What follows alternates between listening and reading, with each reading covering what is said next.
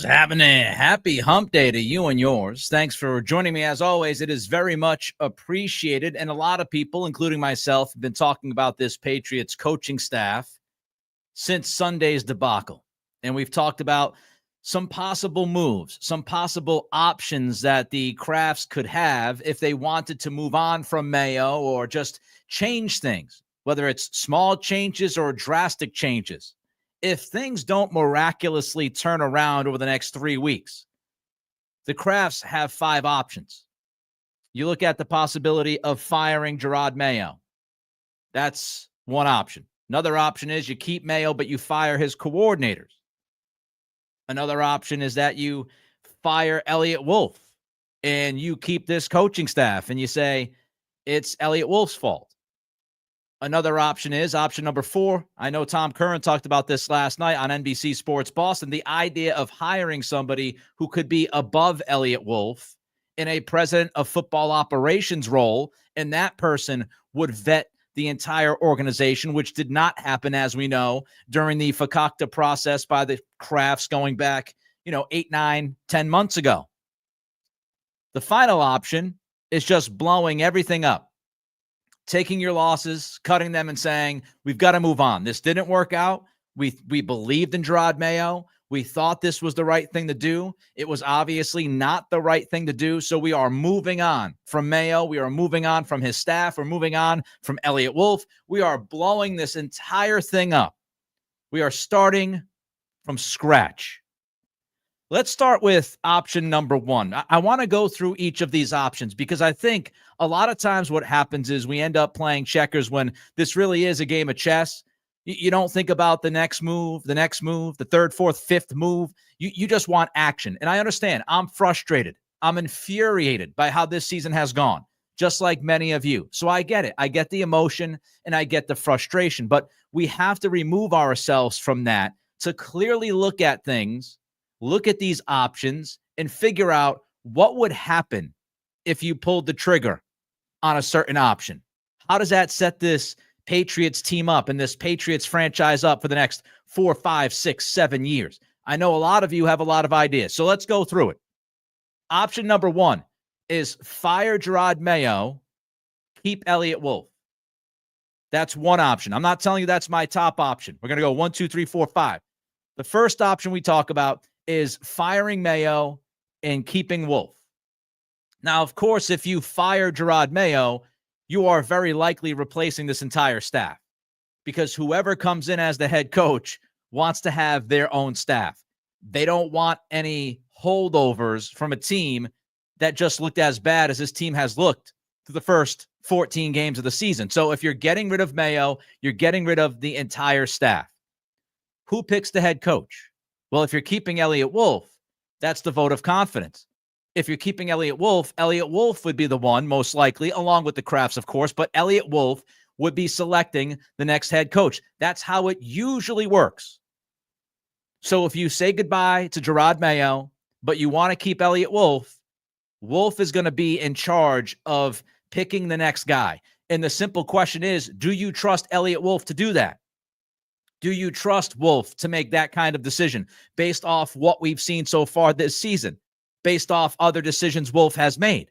I'm not confident in giving Wolf the keys to choose the next head coach, and I'm sure that many of you, if not every single one of you, are with me, not confident in picking Wolf to be that guy, to name the next head coach. So that's one big question, right? Does Wolf, if you do say you're the guy that's going to pick the next head coach, and let's say hypothetically that you believe in Elliott Wolf, does Wolf have someone he knows well enough that is going to work? He picked a lot of this staff. He picked Alex Van Pelt and others because Gerard Mayo did not have a big Rolodex. We talked about that when Mayo got the head coaching job. It was one of the biggest questions I had about Mayo taking the job was the lack of a Rolodex. He doesn't have a lot of connections. He doesn't have a giant network. So are you comfortable with Wolf making the decision? And then does Wolf have a name or 2 or 5 that he's linked with that could actually make some sense, that would end up being a good head coach for this organization? Do you believe in that? It's tough to give Wolf the benefit of the doubt. And then, of course, if you fire Gerard Mayo and you keep Elliott Wolf and you replace this entire staff, what is the impact on Drake May? Because he's going to have a new offensive coordinator. Do you like the idea of giving Drake May a new offensive coordinator, his second in 2 years? And how long would that OC be around? Let's say a new head coach brings in a young gun OC, right? Somebody like a Liam Cohen down in Tampa. Already, people are talking about Cohen from Warwick. Yes, Rhode Island shout out. But already people are talking about Liam Cohen being a head coach. So if you do replace Alex Van Pelt as part of replacing Gerard Mayo, and you bring in one of those young gun, fancy pants, sexy offensive coordinators, how long does that guy have the job before he goes to be a head coach? Could you be looking at 3-4 different offensive coordinators in the first 5 or 6 seasons of Drake May's career? That's not what I would want to do. So how does it impact the young quarterback if you decide to fire Mayo and replace this entire staff? So those are questions and problems with that first option. Now, of course, you'd be replacing a staff. If you don't like the staff, you would be happy with that. And maybe Elliott Wolf and the decisions that he has made, maybe some of those, not all of them, but maybe some of those decisions and some of these players, their impact have been affected negatively by the coaching staff. So that's option one. Before we get to option two, don't forget, do a few things for us to help this channel out. Doesn't take any money, doesn't take much time. Click that thumbs up on the YouTube channel. More thumbs means more eyeballs as we try to build this channel up. Get ready for what I think is going to be a very busy offseason for the Patriots. Don't forget to give that thumbs up. Don't forget to throw a comment in, because likes and comments both help us with that algorithm. Don't forget to subscribe as well. So like, comment, and subscribe. Spotify, Apple Pods people. We got video now at Spotify. If you like that, make sure you comment on it. Rate and review as well. All of those things help us continue to improve the product and build this channel. I appreciate every single one of you for helping us in any kind of way that you do. All right, option number two is that you keep Gerard Mayo, but you fire the coordinators. I will get to option two in a minute. But first, let's go to Steve Nardiello, who has a $5 super chat. Thanks for the 5. Hear me out. Krafts is keeping Mayo. If he fails next year, hire Brian Flores. Belichick disciple, defensive guru, Pat's linkage. AVP runs the offense. Well, you would hope that AVP would continue to improve. Last week was a major step back against Arizona. That was a freaking debacle. Do you believe that Van Pelt is going to grow? And if he had more talent, had a better offensive line, what would his offense look like? If I'm sitting next to Alex Van Pelt right now in this room and I put the microphone in front of him, I'm sure Van Pelt would sit there and say, what did you expect? I had wide receivers that didn't get open consistently. I had an offensive line that was patchwork at best because of injuries and all sorts of situations, like Chukwuezekorfor quitting the game. I had a rookie quarterback that I had to take care of and make sure that I did not put too much on his plate right away. So look, there are legitimate reasons for AVP to sit there and say, I could have been better if ... Now, I think he has done some things that have worked, and I also have some questions about what he has done throughout this year. And I think last week against Arizona, put the talent aside, I thought that game plan was a train wreck. And it looked like he was unready. Looked like the offense was unready. But I'll tell you, Alex Van Pelt has a heck of a lot more excuses than DeMarcus Covington does. Now, Brian Flores, of course, the big question, if you bring in a defensive-minded head coach, who will be the offensive coordinator? Is that somebody who's going to stick around for a while? And how does that impact Drake May? Thanks for the 5, Steve. It is much appreciated. All right, let's get to option number 2. Keep Mayo, but fire the coordinators. We've heard some of this, right? We've heard some of this from the beat writers. They're going to keep Mayo because they like Mayo. They believe in Mayo's quote-unquote potential, but they're going to make some changes around Mayo. They want to bring in more experience. They want to try to upgrade, beef up the staff, so to speak, around Mayo. Diana Rossini, over the weekend, she wrote at The Athletic before the Arizona game, while there hasn't been a public vote of confidence for the head coach from the Kraft family, Patriots leadership is standing by Mayo. Robert Kraft has privately assured those close to him that he's committed to giving his first-year head coach the time and resources he needs to grow into the role. The resources Would be money. It would be staff, right? It would be help him with the experienced guys. Rossini continued to write, the franchise knows they have their quarterback in May, and his coach will be given a runway. Now, Burt Breer on Sunday, after the Cardinals game, and after Mayo at the podium, which was another disaster, said on Sports Sunday that everybody should be on notice. So let's look at option 2. You keep Mayo, but you fire the coordinators. You keep Mayo, you say goodbye to Alex Van Pelt, you say goodbye to DeMarcus Covington, and you try to change some things around. And you try to, make key changes at key coaching positions. You change out the wide receivers coach, Tyler Hughes, because the wide receivers have been so bad. You look at, I don't blame Scott Peters for this offensive line, by the way, but, you look at Covington and say the defense was atrocious. You replace that staff.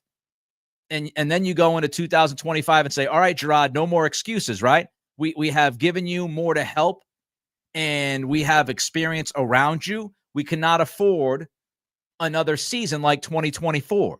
So if you don't figure it out quickly, your leash is going to be incredibly short. Now, I was thinking about this. I'm a big Notre Dame football fan. And so I started to think about Marcus Freeman. Marcus Freeman, Gerard Mayo, they're both very young head coaches. Freeman was thrown into the Notre Dame head coach job when Brian Kelly surprisingly left for LSU. So Freeman, a lot of people did not think he was quite ready for the head gig, but he took over because he had a lot of guys on the defense vouching for him. And he was seen as that young, energetic leader of men, had played the game on the defensive side. Very similar to Mayo, right? Now, of course, Freeman was a defensive coordinator before he got the head coaching job, but there are some similarities between Freeman and Mayo. And then Freeman, things changed throughout the last couple of years. He took the job, and he has changed his staff around. And now you look at Notre Dame. They're going to be playing on Friday night. They're in the college football playoff. They are the 5th team in the country. And what did Notre Dame do to help Marcus Freeman? Well, they went out and they spent money, which is a question regarding the Krafts that people have, and it's fair. They went out and they spent money on the coordinator positions to help solidify Freeman, the head coach. They went out and they signed Al Golden, defensive coordinator. He's 55 years old, older guy, experienced, right? They go out and they sign Golden. And then this past offseason, they went down to LSU and they took Mike Denbrock. Denbrock was the offensive coordinator for Brian Kelly, was the offensive coordinator for Jaden Daniels and that explosive LSU offense. Notre Dame went down, they got Denbrock, and they paid him money. They paid Denbrock and Golden a good chunk of cash to help Marcus Freeman. Denbrock is 60. Golden is 55. Freeman is 38.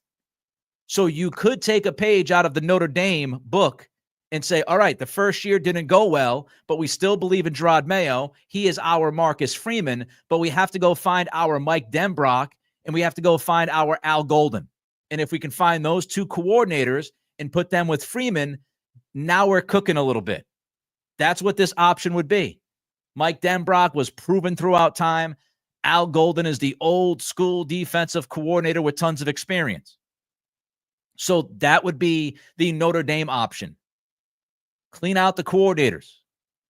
Get better talent on the staff around Mayo to help Mayo grow, develop into the guy you want him to develop into. Here are a few problems, though. Here are a few problems about keeping Mayo and firing the coordinators. Problem number one is the same problem you had 9-10 months ago. Mayo doesn't have a network. He doesn't have a lot of connections. Denbrock, for example, worked with Freeman in Cincinnati. Denbrock had spent time at Notre Dame. So there was a Denbrock-Freeman connection. Does Mayo have a connection to somebody like that? Would Josh McDaniels come back if the Patriots paid him a ton of money? Or would McDaniels feel weird because of his friendship with Belichick? And we know Mayo and Belichick, they're on the outs. So when you look at the Notre Dame example, Marcus Freeman had connections because he didn't just grow up in the Notre Dame system and know just Notre Dame people. He worked at Cincinnati. He played college football at Ohio State. He knew guys around the country. so he can make that link with Den Brock. Gerard Mayo does not have that network. Second question I have, if you're going to fire the coordinators, who wants to come here? Let me ask you this and throw a comment in. If you were an offensive coordinator, would you want to join the New England Patriots after what you've seen this year? Yes, you would love the idea of working with Drake May, so maybe you would take the job. But you're also taking the job with a lame duck head coach, and that guy, that head coach, has thrown his offensive coordinator under the bus multiple times this year. If you're an OC, do you want to join this operation? Do you want to work for Gerard Mayo after what you've seen this year and what you've heard from him? I'd be very uncomfortable with it. You got a lame duck head coach, Mayo being an abomination with the media, throwing guys under the bus. You probably have questions about ownership. Let me ask you this. If you kept Mayo and you fired the coordinators, how would free agents feel about that? You're going to have to bring in a bunch of talent this offseason. You've got the most cap space in the NFL by far. You're going to have to overpay guys, and you're going to have to bring a bunch of dudes in. Do you think selling those free agents on Gerard Mayo and 2 new coordinators is the best way to do that? I don't know if free agents would want to sign here with a lame duck head coach in Mayo, with 2 new coordinators, joining a franchise that has just lost the last couple of years. Now, yes, money will bring in certain free agents, but if the money is close, do you really think you're going to get that guy by presenting Gerard Mayo and 2 new coordinators?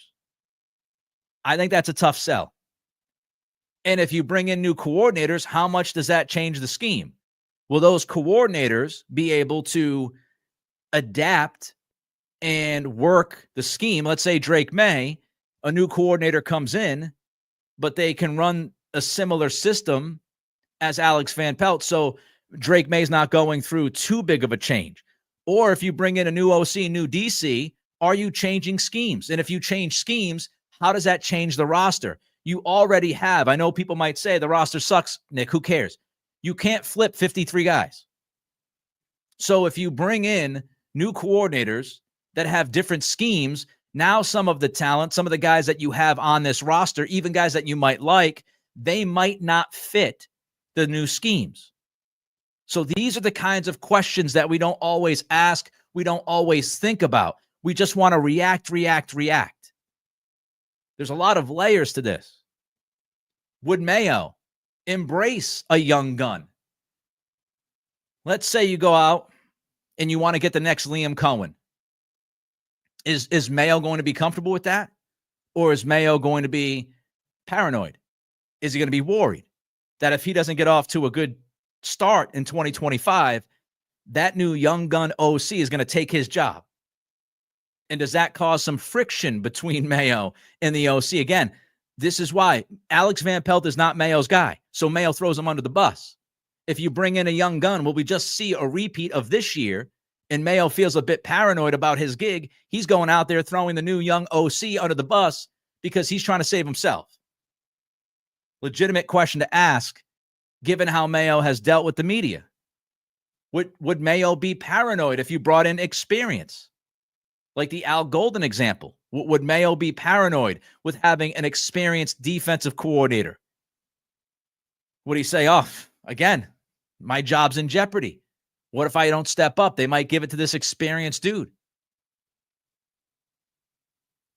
And the impact on Drake May working with the new offensive coordinator cannot be overlooked, because it begs the question, the same question from option 1 of firing Mayo and replacing the entire staff. How long would that offensive coordinator be around? Option number 3 is fire Elliott Wolf. Fire Elliott Wolf, but keep Gerard Mayo. We'll get to that in a minute. First, let's jump into a super chat. Vitalix with a $10 super chat. Thanks for the 10. I don't know if Mayo has it in him to draw the hard line. I also don't like having the head coach with 0 experience calling plays on either side of the ball. Give Johnson the moon if he wants it. So Ben Johnson, here's what I would say. I understand the love for Ben Johnson. Ben Johnson's a terrific play caller. Couple things about Ben Johnson. Number 1, Ben Johnson has turned down now 2 times to become a head coach. Now, maybe he's just playing it out, and maybe he's just being smart, right? And he wants everything on his checklist. From what I have read, he wants everything to be near perfect before he joins an organization. He wants the organization to be run his way. How does that fit with the Krafts and what the Patriots want to do? I don't know. Another question about Ben Johnson is, yes, he's a great play caller, but he also has great talent to work with. Jared Goff is a former number 1 overall pick. David Montgomery, Jahmyr Gibbs are 2 very good running backs. Amon-Ra St. Brown is one of the best receivers in football. Jameson Williams, when he's healthy and is out there, is an incredibly talented guy. Sam Laporta, their tight end, is one of the best tight ends in football. Their offensive line, when healthy, is easily a top 10 offensive line. You could argue a top 5 offensive line. So yes, Ben Johnson has been great, but he has also been given a lot of different toys to work with, so to speak. And I don't know if Ben Johnson would be as good as he is right now if he was dealing with, let's say, the Patriots offensive roster. Now, you could argue maybe Ben Johnson's hiring would get talented guys interested in New England, and that would certainly be the case, I believe. The other question here, and this is my biggest question, are you comfortable hiring somebody to be the next head coach? If you're replacing Gerard Mayo, are you comfortable with somebody who's never done the job before? To me, I feel like that's too risky.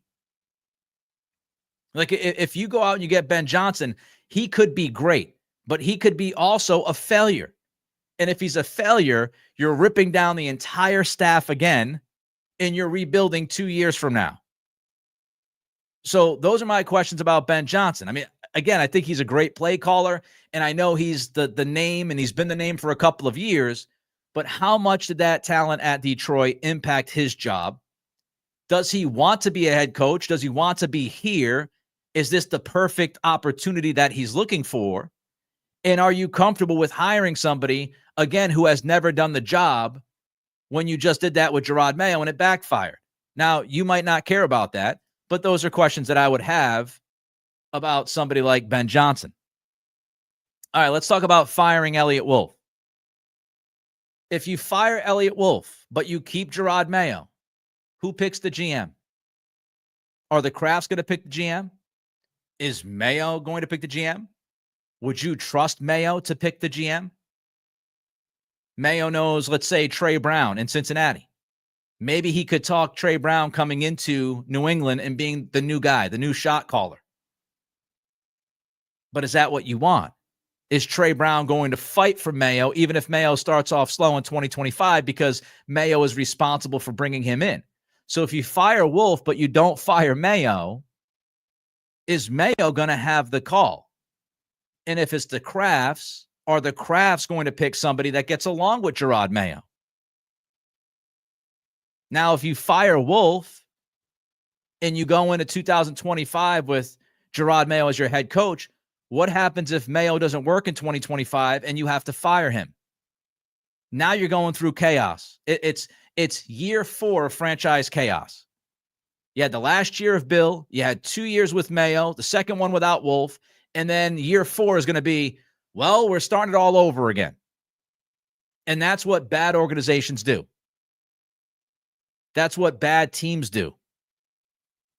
So if you just want to fire Wolf, and you blame him for everything, but you want to keep Mayo, or you blame Wolf for most of it, does Mayo pick the next guy?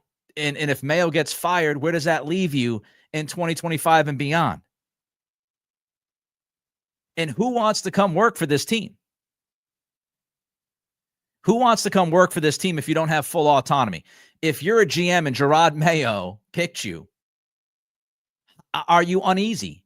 Because the head coach just picked you to be the GM. So who has more power? Do you have more power, or does the coach have more power? And why does Gerard Mayo have that much power coming off a season like he's had this year?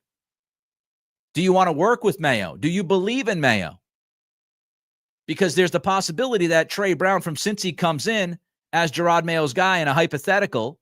Mayo doesn't work out, and the Krafts say, forget about it. We're just going to blow everything up. And now Trey Brown just left Cincinnati to come to New England for a year. and he put his trust and belief in Gerard Mayo. Mayo didn't work out, and now everything blew up for everybody. Again, it's a game of checkers when you talk about these moves because it's multiple layers from ownership to front office to coaching staff to players. It's very layered. It's not an easy conversation. Just pop that guy and then put that guy in there. Just pop that guy. Not that easy. All right, let's get to option number 4. Don't forget, like, comment, and subscribe. Help a guy out. Option number 4 is something that came up last night. Tom Curran. Mike McCann, lawyer, tweeted at Curran. And Tom Curran from NBC Sports Boston threw this out there last night on Early Edition. How about hiring a president of football operations? How about putting somebody above Elliott Wolf? And the idea would be you go out and you hire a Scott Pioli, a Thomas Dimitrov, a Dave Ziegler, whoever. Just put a name in there. It doesn't matter. And you hire a president of football operations, and that person oversees everything. And that person fully vets the organization once the season is over.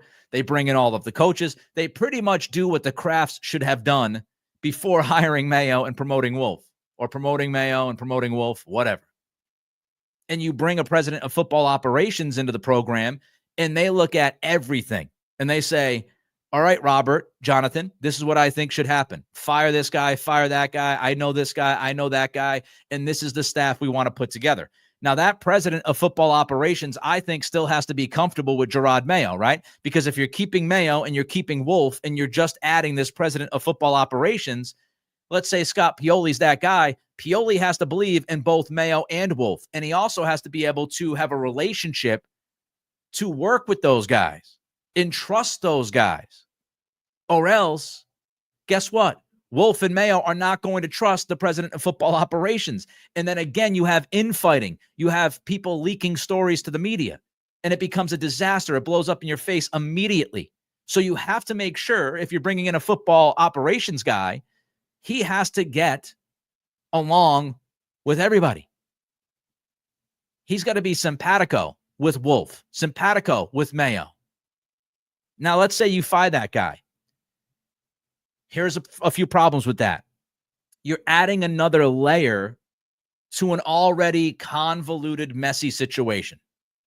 You're adding another voice into a room where you're not sure if any of the voices should be in there. And who should be in there and why should they be in there? And what's the hierarchy? So then you bring in somebody else to be in the quote unquote mix. That's dangerous. Who gets the call? What if Scott Pioli comes in and he says, draft time, I don't like that guy. Let's throw it out there, right? Patriots have a top 3 pick. Cam Ward goes, Shedeur Sanders goes. So now the Patriots have the 3rd pick, and they're looking at Travis Hunter and Will Campbell. Well, what happens if Elliott Wolf wants Travis Hunter and Pioli wants Will Campbell? Who gets the call? And if you're collaborating like they try to sell us last year, right? If it's a collaboration and it comes down to a vote, is Mayo and Wolf just going to outvote the new president of football operations every time because they feel like they've been hoodwinked because the Krafts threw in a babysitter? Very funky relationship. Who gets the final call? I don't know. Let's not forget that Elliott Wolf changed the entire grading system. Right? They walked in, they said, we're getting rid of Bill Belichick's grading system. We're going with our own draft grading system. Well, if you bring in a president of football operations, are you changing the grading system again? Are you going back to Belichick's grading system because of Pioli? Or are you sticking with Wolf's grading system? Or does Scott Pioli or whoever has that job, do they have their own grading system? And how does that impact the front office? How does that impact all the scouting work that's been done this entire year? So there are a lot of questions if you just want to bring in a president of football operations. All right, let's get to the 5th and final option. I feel like I need a drum roll. All of the stuff that I just talked about, we just went through the first 4 options. And there are a lot of questions. And to me, it's a lot of messiness, no matter what you do, right? If you fire Gerard Mayo, but you keep Elliott Wolf, there are significant questions and it could get messy. If you keep Mayo, but you fire the coordinators, significant questions and it could get messy. If you fire Elliott Wolf, but you keep Gerard Mayo, again, significant questions, right? If you have a president of football operations, significant questions, and it might get messy. So all four of those options that we've talked about, to me, they are just filled with questions and unknowns. And if I am Robert Kraft right now, and I look at all the options and possibilities, and again, I'm letting Gerard Mayo coach out the year. If there's not some miraculous turnaround, if it looks exactly the same way it's looked for the next 3 weeks, if I'm Robert Kraft, you want to know what I'm doing? I'm talking with Mike Vrabel. And I am already checking back channels to see if Vrabel is interested. Now, Tom Curran on Early Edition last night said that Vrabel would be interested. I can tell you, I recorded a podcast with Greg Bedard earlier today, and Greg said the same damn thing. Vrabel would absolutely be interested in being the head coach of the Patriots. Now, I did a podcast. It was either, early January, late January, whatever. I did it early in the year. I did an entire podcast on Vrabel, and I broke down his history. I broke down what he did, what he didn't do. And I said this back in January, I would have hired Mike Vrabel instead of Gerard Mayo. I would have hired Vrabel. That's the guy that I wanted. And there is nothing from January to now that has changed my mind. I don't have a good reason to sway towards Gerard Mayo away from Mike Vrabel after what I've seen so far, right? So if there's not this miraculous turnaround, I'm looking at Mike Vrabel because out of all of these options right now,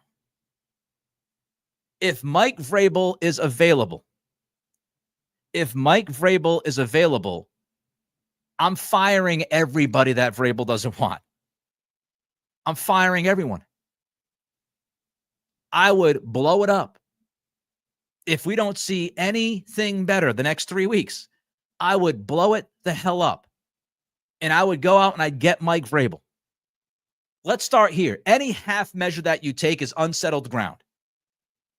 You can't take half measures after a year like this. If you fire Mayo but you keep Wolf, that's a half measure. I'm out on that. If you fire Wolf but you keep Mayo, half measure. I'm out on that. What if the guy you keep continues to fail? Then you're at the same situation a year from now. And I don't want to be in the same situation a year from now. And I'm sure you don't want to be in the same situation a year from now. So if this thing doesn't turn around in the next 3 weeks, I am blowing it up and I am going to Mike Vrabel. If I know Mike Vrabel, as Tom Curran and Greg Bedard have said, if Mike Vrabel wants to be the coach here, that's what I'm doing. If I don't see Mayo do anything the next 3 weeks, if this thing continues to be the same as we've talked about, every Sunday, bad coaching, bad football, and then you have a bad press conference, you walk it back on Monday. If we keep seeing bad coaching, bad football, bad press conference the next 3 weeks, I have no reason to hold on to Gerard Mayo other than hopefully he gets better in year 2. And if I have Mike Vrabel in my back pocket, here's the question I have for you.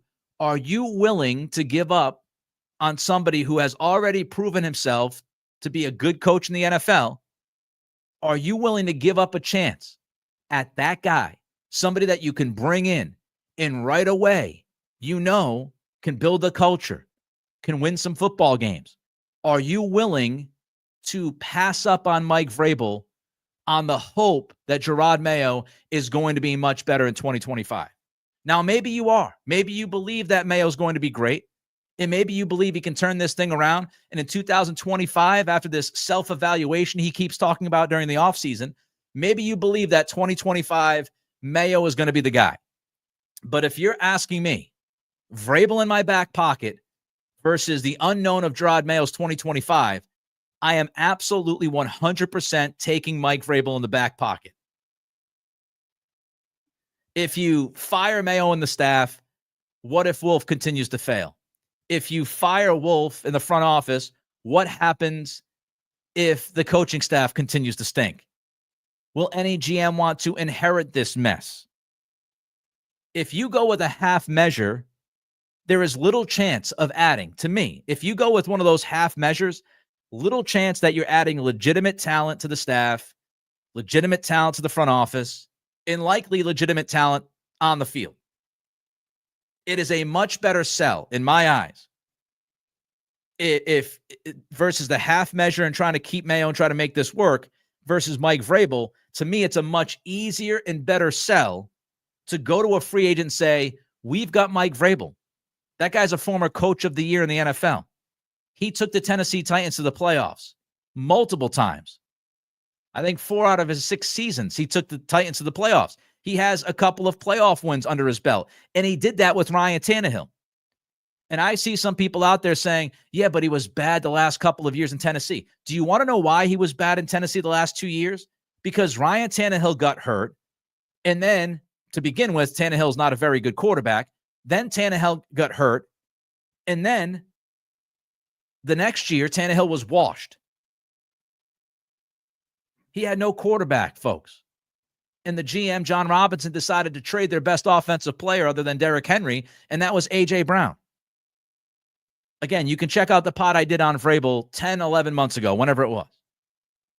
I think it's an easier sell to sell Mike Vrabel, who has built a playoff program as a head coach, versus trying to sell somebody that Gerard Mayo's just going to get better because he's just going to get better.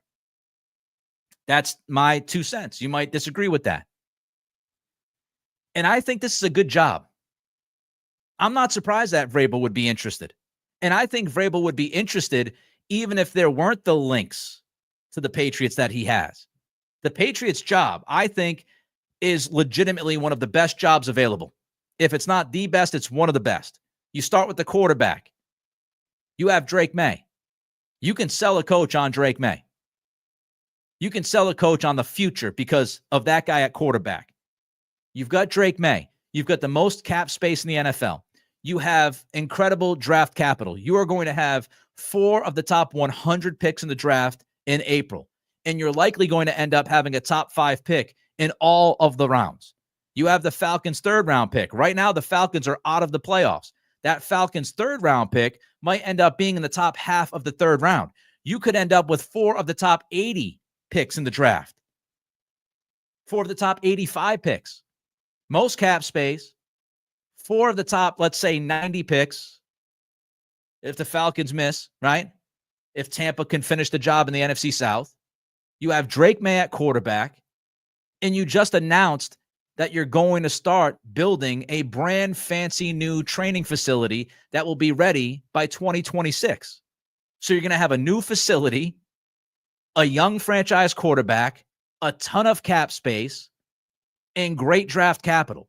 I mean, I think this job is still sexy to people who are looking to be an NFL head coach. So I'm not surprised Vrabel would be interested. So here's why Vrabel to me is the move to make.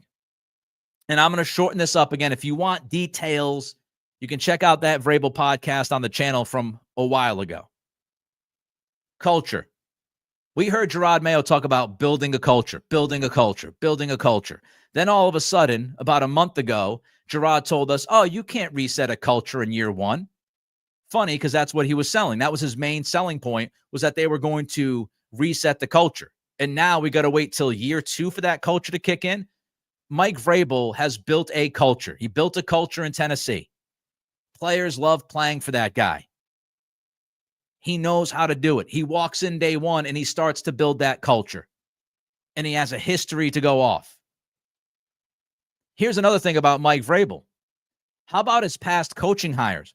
Whichever head coach you want, if you're going to blow it up, the head coach that I want is a head coach that has proven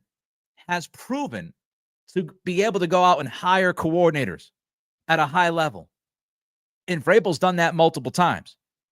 Mike Vrabel hired Matt LaFleur as the Titans offensive coordinator. LaFleur was so good, he went to Green Bay. Now he's seen as one of the best coaches in football. Matt LaFleur is a Mike Vrabel guy. Arthur Smith then followed Matt LaFleur. Arthur Smith did a great job in Tennessee. Then he went to Atlanta as a head coach.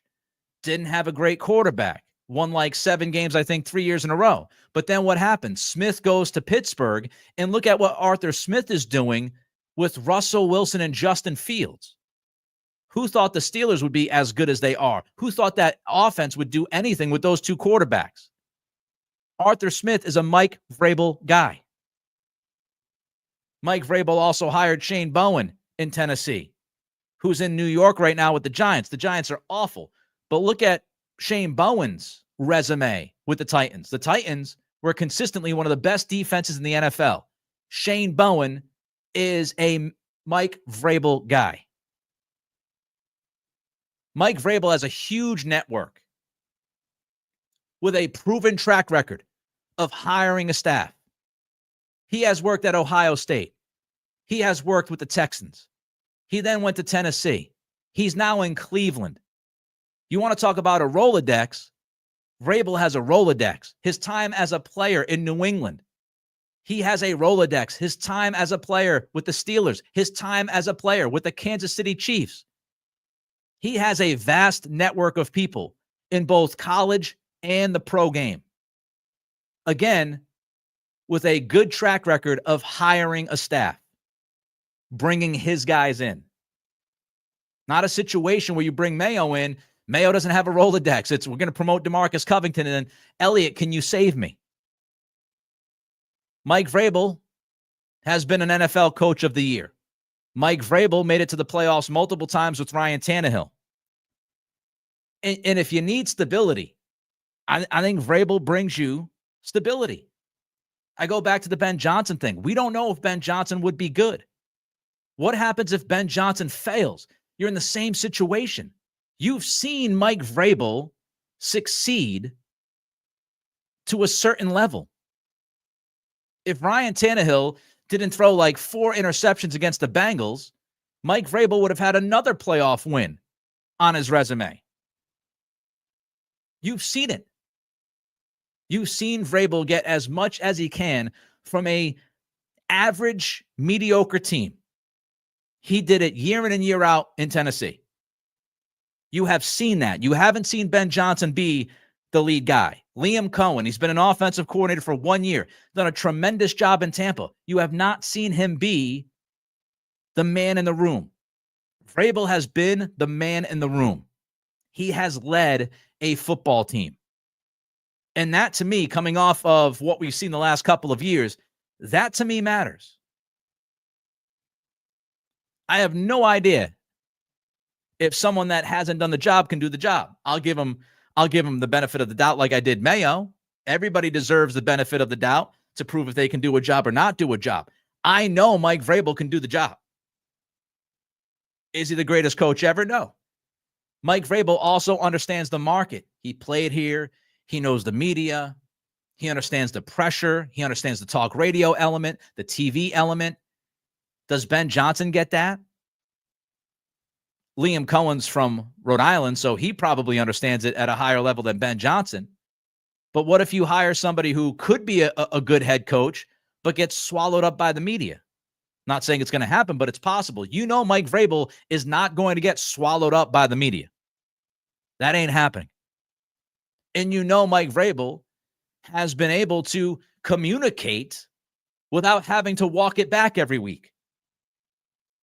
He's not going to put his foot in his mouth constantly.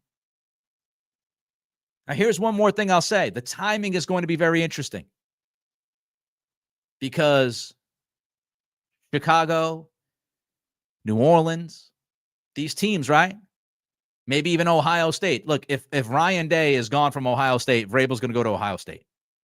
I feel that is absolutely the move that he would make. But the timing matters here, right? You got to do the back channels. You've got to be talking to Vrabel's people. within the next few weeks. You got to figure it out if he's an option. You can't sit around and wait. So if you ask me right now, if things stay the same, like we've seen the first 14 games, if we're reliving that same nightmare, and we know the schedule, Buffalo, Chargers, Buffalo, if we are reliving the same nightmare for the next 3 weeks, I want Mike Vrabel here in New England. I am blowing it up, and I am bringing Mike Vrabel in. Now, what would the rest of the staff look like? It's going to have to wait until Friday. Friday's podcast, 3 o'clock. Don't forget, tomorrow night, I do an NFL podcast. That's happening at 7, Krafts and Kickoffs. Let's jump to a couple of super chats here. Chris Chapman, no questions, just support for Nick. Thank you, Chris. Appreciate the $20 super chat. Means the world to me, my man. Very much appreciated. Greg Fields, is Mike Vrabel the answer? Not sure, but it will be difficult to pass him over again. It will. It will. Can you guarantee me? That's the question that the Krafts have to be asking. Can you guarantee me that Gerard Mayo, Ben Johnson, Liam Cohen, any name you want to throw at me, can you guarantee me that guy is going to be as good or better than Mike Vrabel? I can't guarantee that. I feel pretty confident in what I have in Mike Vrabel. So to bring in somebody else that you don't know they can do the job, you just went through that with Mayo. And I'm out on that idea. I'm out on it. Vitalix, $5 super chat. I've heard Vrabel is number 1 on the Jets list. I will be so mad if we have to face him twice a year and chose a lame duck head coach. That's part of it. Now, is Mike Vrabel actually the Jets' first choice? Here's what I will say. I tweeted this out. You can follow me on Twitter at Nick C Radio. I'm also on Blue Sky if you follow there. Here's what I would say.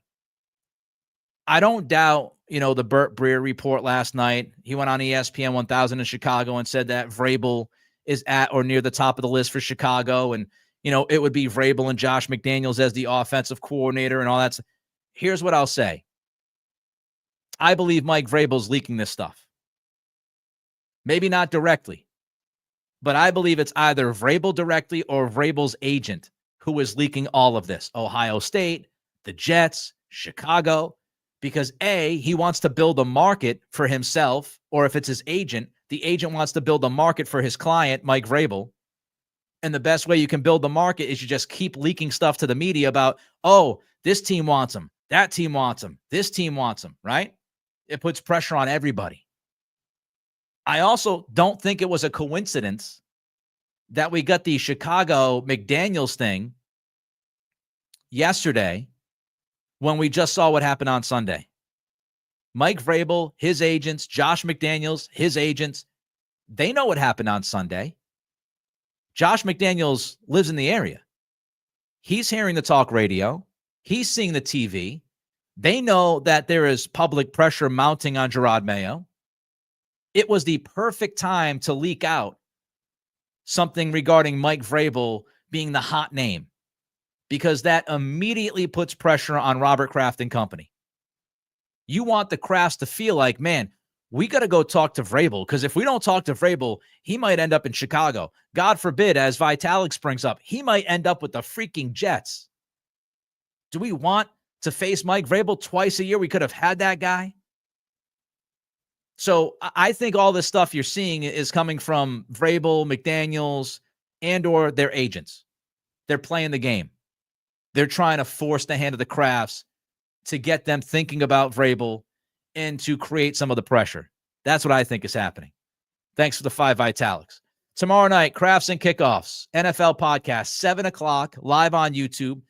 I have a beer and we talk football. It's that simple. Friday, 3 o'clock, same YouTube channel. Not drinking beer on Friday. After work at 98.5 on Friday night. But I will be here Friday, 3 p.m. Eastern. And we will talk about how I would round out a staff with Mike Vrabel. And we'll also talk about the Buffalo Bills and that game coming up on Sunday.